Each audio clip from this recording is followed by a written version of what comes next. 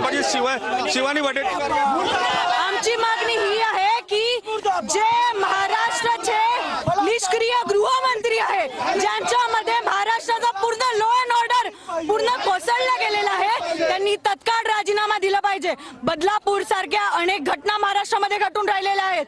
बदलापूरसाठी जे बदलापूरचा घटलेला आहे त्याचा तर निषेध आम्ही करतोच, पण जो ज्यांनी हे घाणेरडं काम केलं तो पकडण्यात आलेला तरी त्याला फाशी नाही होऊन राहिली। उलटे खोटं बोलतात की आम्ही मागच्या केसमध्ये दोन महिन्यात फाशी दिली होती म्हणून। नागपूर जो गृहमंत्र्याचा स्वतःचं शहर आहे, तिथे 100 किलोची एमडीची फॅक्टरी सापडते आणि अशा अनेक गोष्टी महाराष्ट्रामध्ये घडून राहिलेल्या आहे। लॉ अँड ऑर्डर पूर्ण प्रकारे कोसळला गेलेला आहे।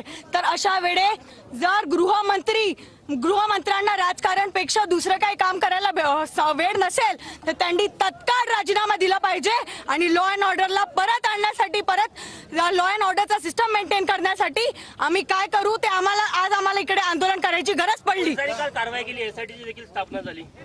पोलिसांनी कारवाई केली, काय कारवाई आता सगळं माहितीच आहे ना कोणी केलेलं आहे, तर मग तुम्ही फाशी का नाही देता हा आमचा प्रश्न आहे।